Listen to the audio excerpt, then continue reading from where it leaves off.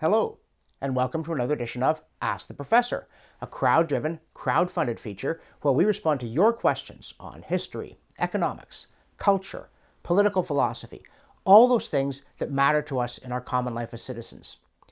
And today's question comes from Isabel, who says, can you elaborate on your statement that government is based on force? I've heard you say this in a number of videos. I know lots of young people, though, who think if something is desirable, government should do it. It's the quickest and most efficient way, and they're not concerned about the possibility that it's not the right kind of way to do it. I'm delighted to answer this question, but I'm going to start not by elaborating on it, but by contracting it. Because I didn't say government was based in force. I said government was force. This is a technical definition. It is not, at this point at least, a moral judgment. Government is the one entity within a society that claims and enforces a monopoly on the legitimate use of force. And that's essential. Without government, society would be quite literally impossible. We need the state to protect us from foreign invasion, domestic upheaval, subversion, and crime, both force and fraud. But the reason government can do those things is precisely that it is different from every other organization in society. If I go into a grocery store, they say, if you want oranges, you must give us so much per kilogram. If somebody thinks there's too much litter in the streets, they come to me and say, would you join my group that goes around picking up trash? If I want you to support my videos, I say, please go to my website and make a pledge in order to sustain what I do.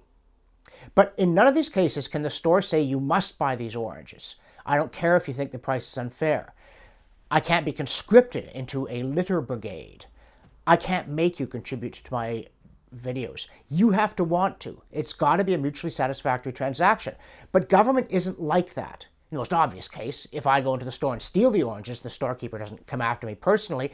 She calls the police. And they don't come and say, if it is agreeable to you under these conditions, come down to the police station. They say, come with us, you're wanted for questioning. Then they say, come into court. The judge hears the case. If they find me guilty, they say, pay this fine or go to jail. There's never a voluntary element, and of course there couldn't be in the enforcement of criminal justice. The same thing is true of defense of the realm. They don't try to convince people who've invaded the country that they should leave under certain circumstances. They say, get out or we'll kill you. And they don't try to persuade you, in a large war at least, that you want to join the military. They institute a draft, and you must go to do something a lot more dangerous than picking up litter. Now, I'm a fan of small government. It doesn't mean I don't value government. Quite the reverse. Those things which government does, it must do, or we can have no society. And that includes enforcing environmental laws. If people are putting poison into the air or the water or throwing it onto your lawn, they are violating your rights. And when your rights are violated, you go to the government and say, vindicate my rights.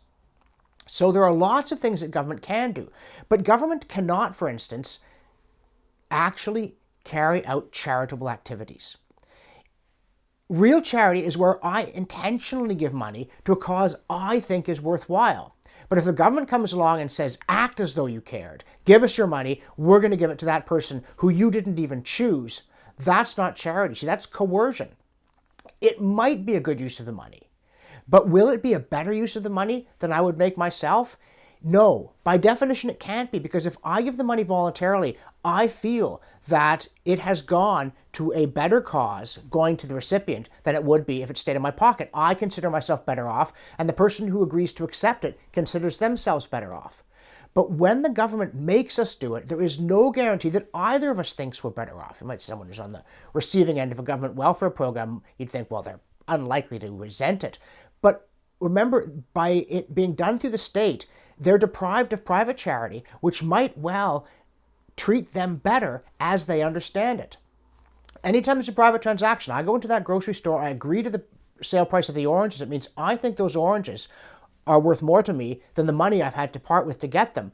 The storekeeper, on the other hand, wouldn't sell them for that price if she didn't think that she was better off having the money I've just given her than if she'd kept the oranges. So every voluntary transaction, by definition, involves two parties, both of whom believe they're better off after it happened. Every government transaction is one where only the government is convinced, because it made you do it, that it's better off. I mean, it could be mistaken. As private people can be mistaken. We could buy something and then not enjoy eating it.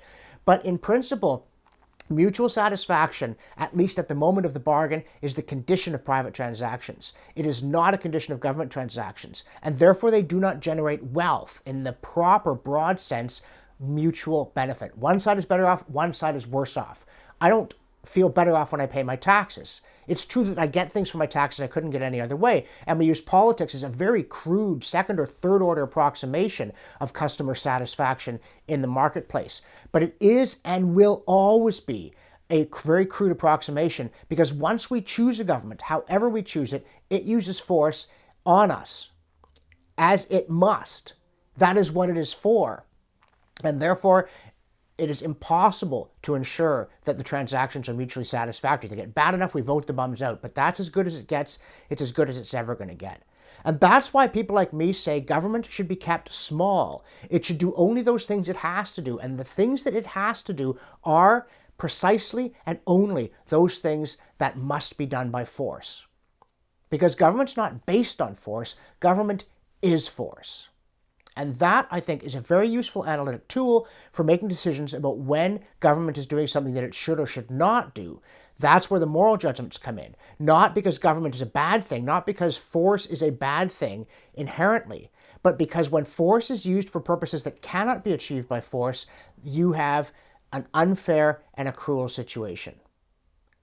So that's why we must always remember in evaluating how to deal with the problems that confront us, how to settle public policy matters, that government is force, and it can only do those things that can be done by force. And a great many of the things that are most important to us in this world, including feeding the hungry, cannot be done by force. You cannot grow a crop by force. It's inherently a cooperative effort. You can take the rewards of somebody's labor and redistribute it without their consent. But that destroys wealth. That doesn't generate wealth. And the more government gets involved in food production and supply, the more certainly hunger will result. Not because people are stupid, not because they're ill-intentioned, but because they're confused. They've lost sight of that critical point that government is force. If you're enjoying Ask the Professor and you'd like to ask a question, go to this URL and it will take you to the appropriate place on my website. And if you think this feature is worthwhile and you'd like to help it continue along with all my other work, virtual reality and non-virtual, click here, make a one-time or monthly pledge so that I can continue to bring you Ask the Professor, the documentaries, all those things that make up my work. Thanks for watching, and we'll see you next time.